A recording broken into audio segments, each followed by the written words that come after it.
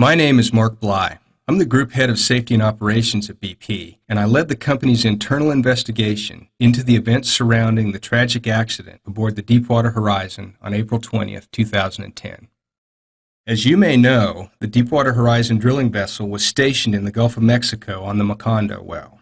The rig crew was in the process of finishing work on a deepwater exploratory well when a series of events culminated in a blowout of the well, explosions and fire on the rig, the tragic loss of 11 lives, a number of serious injuries, and one of the largest oil spills ever seen. This video summarizes the findings and analysis of this investigation team. As I review these, it's important to keep in mind the goals of the investigation. Our team was assembled immediately after April 20th in order to identify the critical factors underlying the accident. Our mandate was to determine what happened so that BP could take whatever steps necessary to prevent a similar accident from ever happening again. Our purpose was not to apportion blame or liability, but rather to learn, recommend areas for improvement, and share our lessons with others. While I believe that we had sufficient evidence to reach the findings summarized here, our work was limited by a lack of direct access to some witnesses and to certain physical evidence. I will be presenting our findings factually, but it is important to note that our purpose was not to create a record that would serve as the definitive or final word on what happened. The investigation team consisted of more than 50 internal and external engineering specialists with expertise in various aspects of deepwater drilling and exploration. We worked over a 4-month period examining all available evidence. This visual portrayal of our key findings is best viewed in the context of the report, which describes more fully the basis for findings. The findings were based on witness accounts, analysis or modeling, as well as engineering drawings, real-time data from the Deepwater Horizon, physical evidence, and testimony gathered from governmental inquiries. The team's report was delivered to the board and BP's top management. They are sharing it publicly in order to keep the public informed, to assist with the government's various investigations, and to ensure that BP and the industry can learn from the accident and take appropriate actions going forward. To determine what led to the tragedy, it's important to first understand the events that occurred aboard the Deepwater Horizon leading up to the accident. This short animation depicts the best understanding the team was able to reach about the chronology of key events as we understand them today. This is an animated reconstruction of the tragic accident aboard the Deepwater Horizon on April 20th, 2010. Specifically, this narrative has been developed to illustrate what we determined were the key events related to the accident. The animation contained in this narrative is representative and for illustrative purposes only, and has not been drawn to scale. The Deepwater Horizon was a dynamically positioned drilling vessel whose construction was finished in 2001. It was designed to drill in water depths up to 10,000 feet. The vessel arrived on the Macondo location on January 31st, 2010, to finish the exploratory well that had been started earlier by its sister vessel. The riser and the BOP were installed successfully. 4 casing strings were installed over a 2.5-month period. Our narrative begins on April 9th, 2010. The final hole section of the well was drilled to a total depth of 18,360 feet. The long string production casing was installed. During the afternoon of April 19th, the cement job started.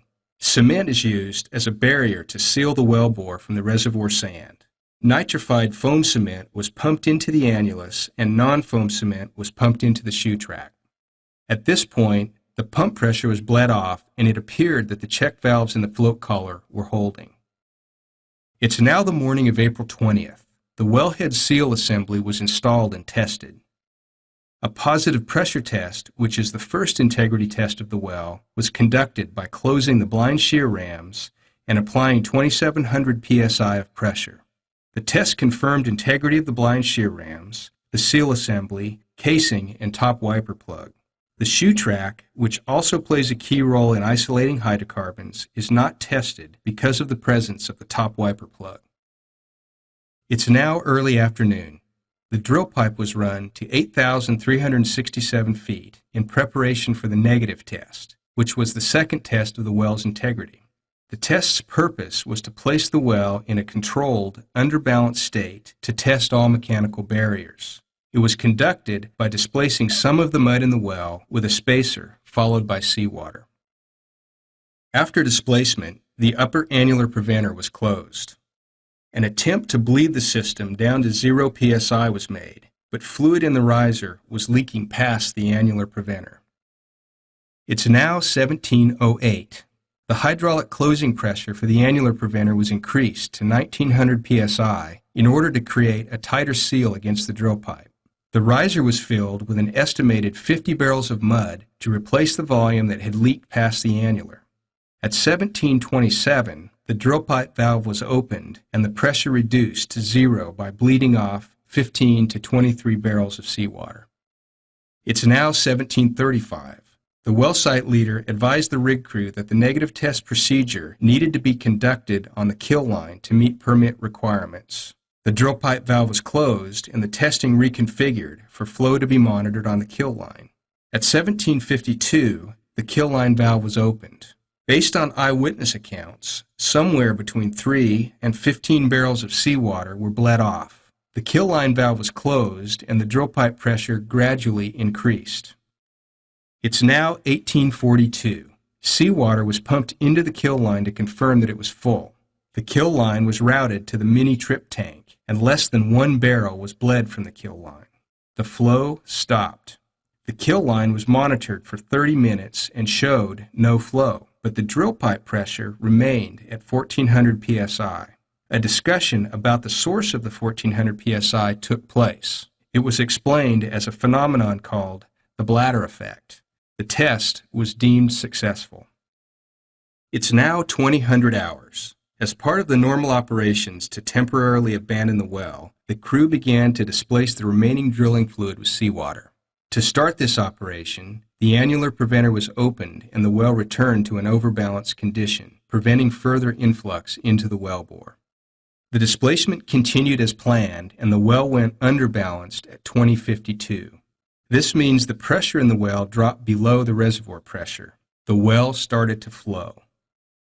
It's now 2101. The crew was emptying the trip tank, which likely masked any flow indications on the flow meter. At this point, with constant pump rate, pressure should have declined as the heavier mud was being replaced with lighter seawater. Instead, drill pipe pressure increased by 100 psi, indicating a problem with the well. Analysis of real-time data shows that a 39-barrel gain was taken by 2108. It was then time for the sheen test on the spacer, which is done in order to check that there is no free oil in the fluid that will be discharged to the sea. The pumps were shut down when the spacer reached the surface. A sheen test was performed, and the spacer was determined to be suitable for discharging overboard. The drill pipe pressure increased by 246 psi in 5.5 minutes while the pumps were off. The fluid returned from the riser was routed to the overboard dump line. During this period, our modeling suggests that the well was flowing at an estimated 9 barrels per minute. Displacement of the mud with seawater resumed at 2114.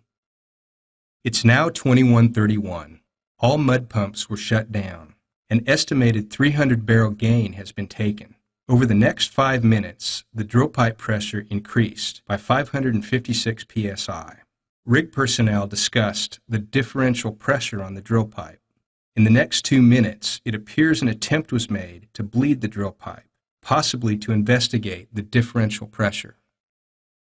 Over the next 20 minutes, a series of critical well control events occurred, ending in the order to abandon ship. It's now 2140. Mud overflowed onto the rig floor. A minute later, the mud shot up through the derrick. The diverter was closed and flow was diverted to the mud gas separator. At about the same time, the rig crew appeared to close an annular preventer and drill pipe pressure increased steadily from 338 psi to 1200 psi over a 5-minute period. Mud and hydrocarbons discharged onto the rig and overboard. Activation of the annular preventer appears to have failed to seal the annulus. It's now 2147. The first gas alarm sounded. A cloud of gas spread, setting off other gas alarms. There was a roaring noise and the vessel vibrated. The drill pipe pressure rapidly increased to 5,730 psi, which is thought to be the result of the BOP sealing around the drill pipe, likely after activation of the variable bore rams or the annular preventer fully sealing. 1 minute later, the combustible gas cloud reached the aft starboard quadrant of the main deck and probably entered the air intakes for the engine room. Gas also dispersed under the deck and into the engine room enclosures. The main power generation engines went into overspeed. Within another minute, electrical power was lost and there were 2 explosions. The first occurred at about the same time as the power loss. The second occurred an estimated 10 seconds later. The second explosion appears to have taken place under the main deck in the aft starboard quadrant of the rig. The associated blast pressure wave traveled forward and caused extensive damage to the starboard side, potentially damaging the MUX cables, which allow the vessel to communicate with the BOP. The hydraulic line which powers the BOP may also have been damaged. The fire and explosions may also have caused damage to the surface drill pipe equipment, resulting in hydrocarbons flowing to the surface through the drill pipe. The valve on the drill pipe was left open, exposing surface components to high shut-in pressure.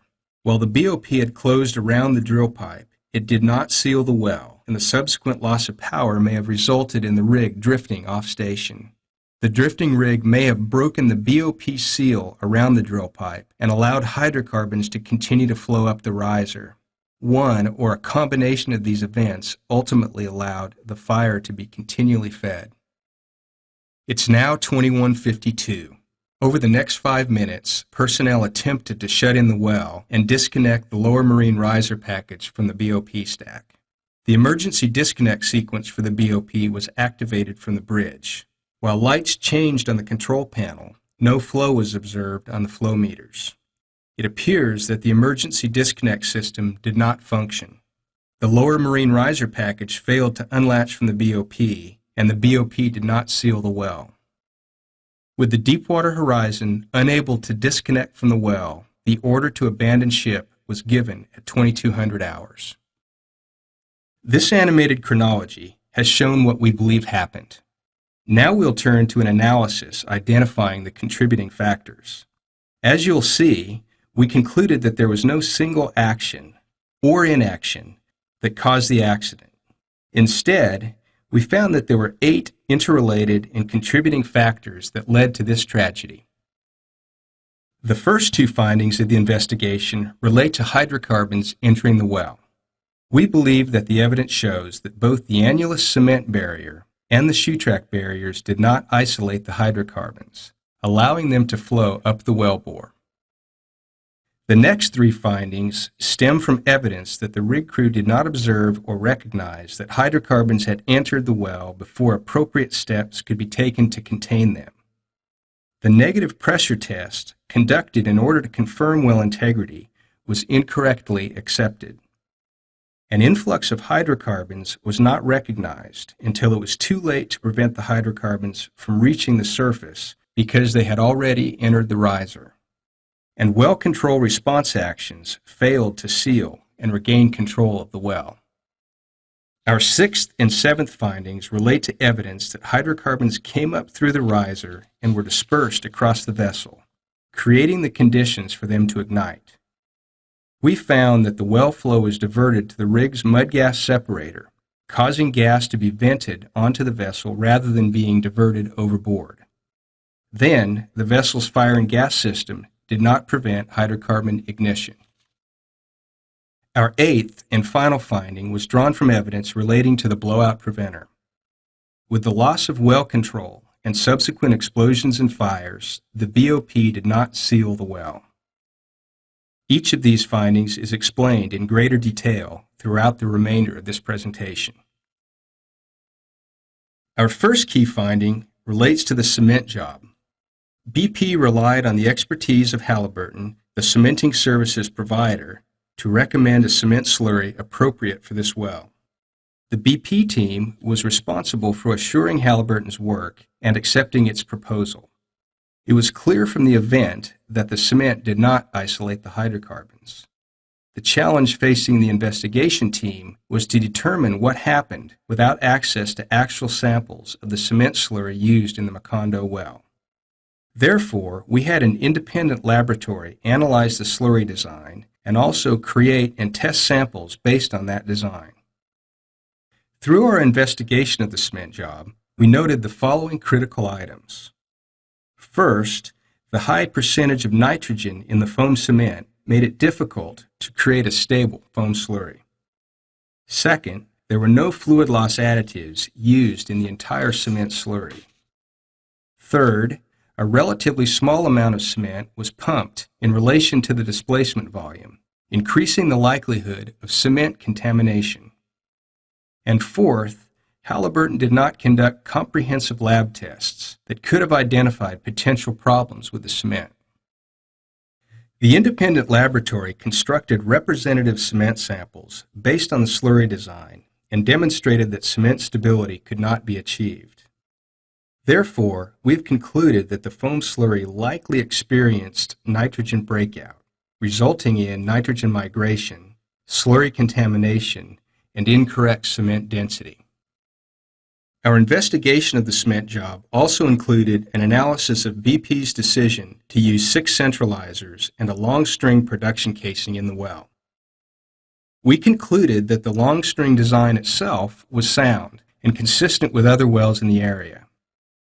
BP had 15 additional centralizers on the rig, but they were incorrectly thought to be the wrong type. Although the 6 centralizers were placed across the main hydrocarbon production zones, the decision to use 6 rather than 21 centralizers increased the possibility of channeling above the main hydrocarbon zone. This matters only if the flow came up the annulus and through the seal assembly.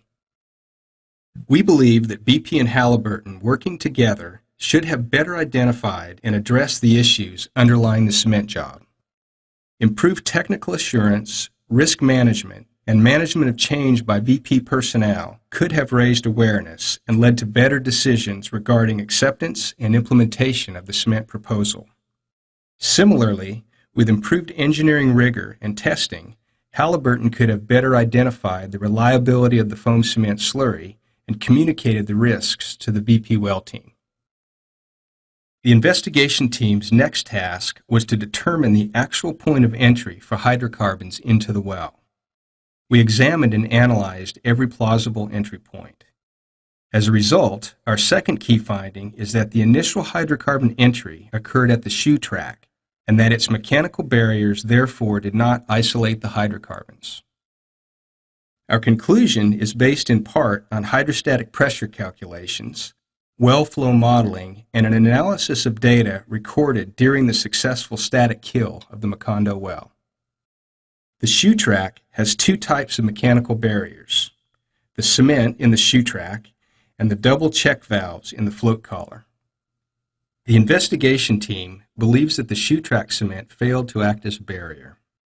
The team has not established whether this failure was attributable to the design of the cement, contamination of the cement by mud in the wellbore, commingling of the cement with nitrogen due to nitrogen breakout from the foam cement, swapping of the shoe track cement with the mud in the bottom of the well, or some combination of these factors. Hydrocarbons were able to bypass the float collar check valves because they were damaged, they never properly converted, or they simply failed to seal. The evidence shows that the flow came up through the shoe track at the bottom of the production casing.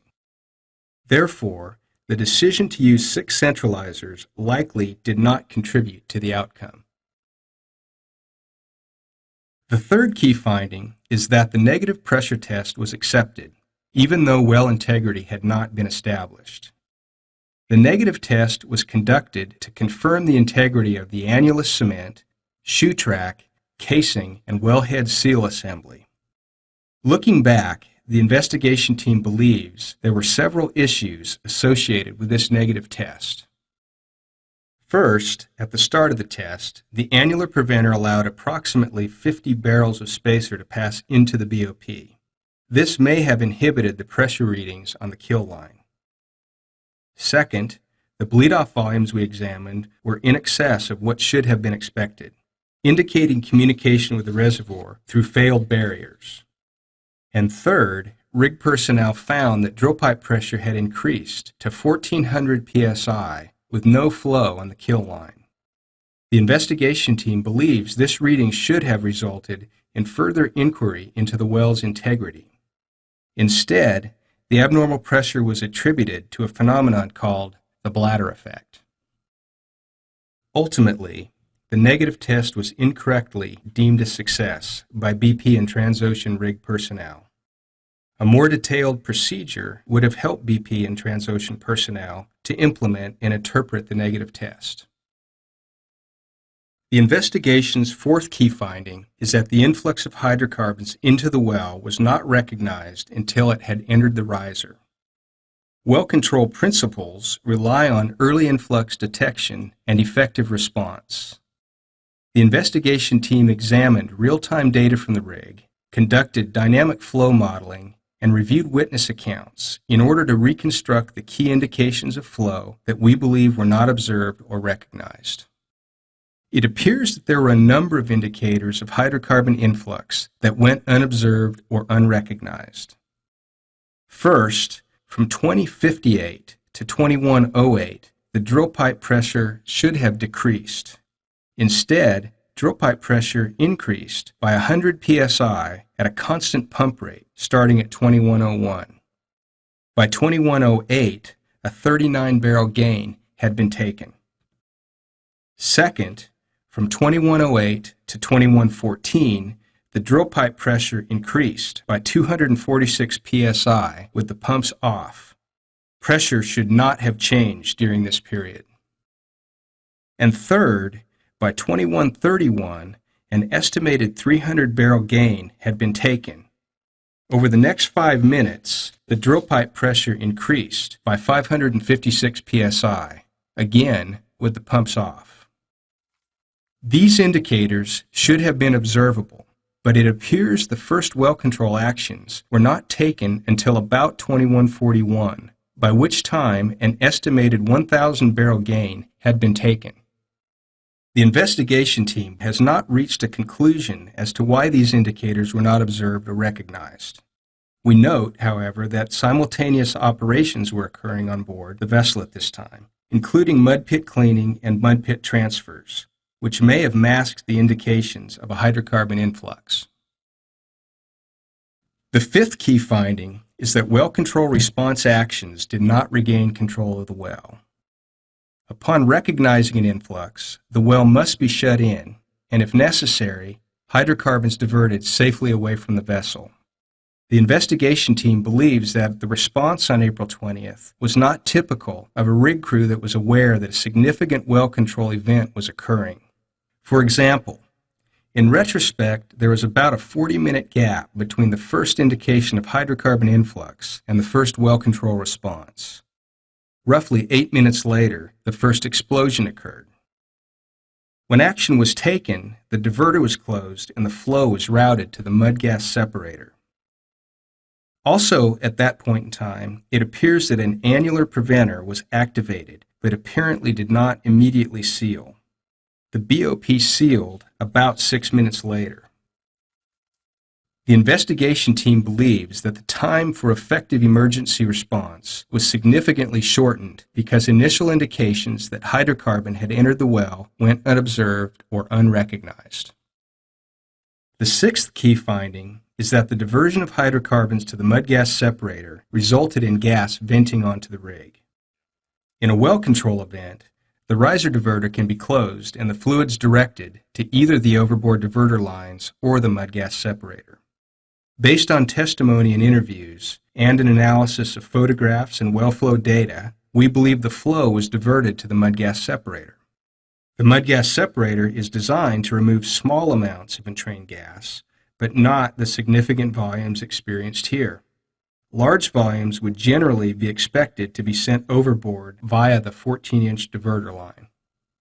As gas dispersed across the vessel, potential ignition sources were enveloped in a flammable vapor cloud.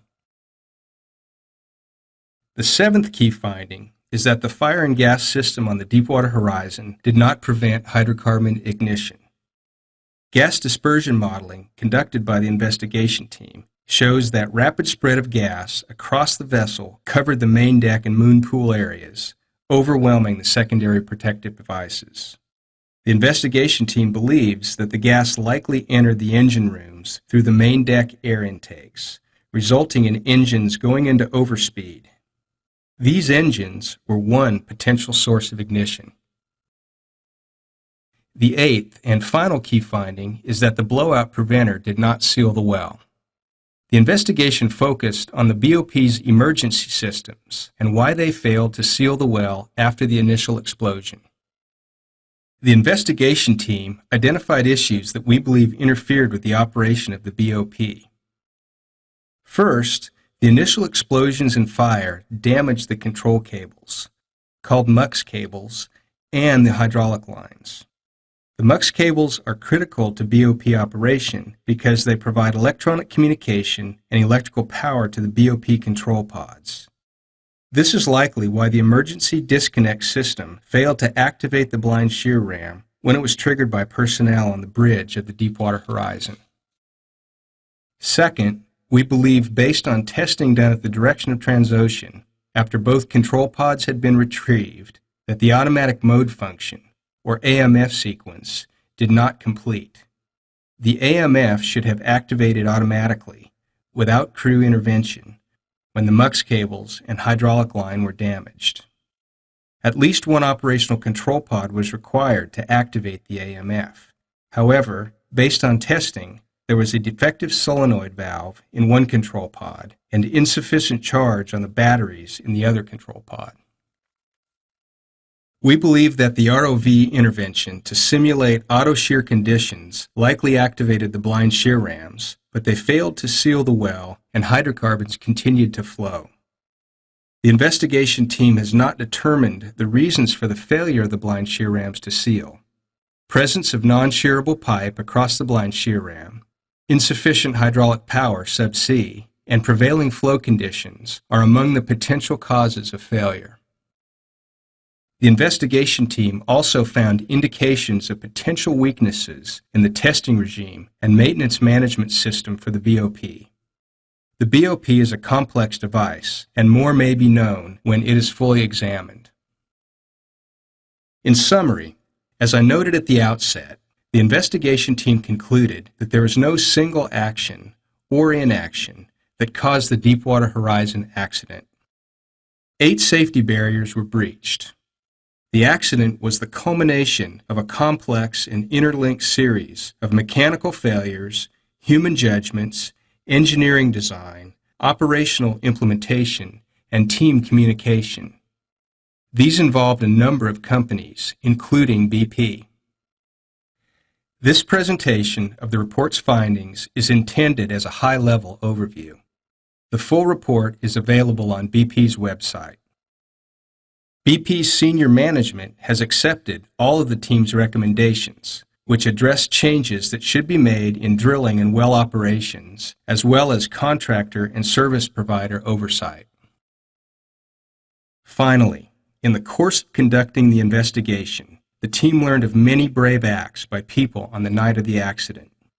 I would like to close by recognizing those individuals for the lives they undoubtedly saved and by extending our sympathies to the families of the 11 men who died that night and to the communities subsequently affected by the spill.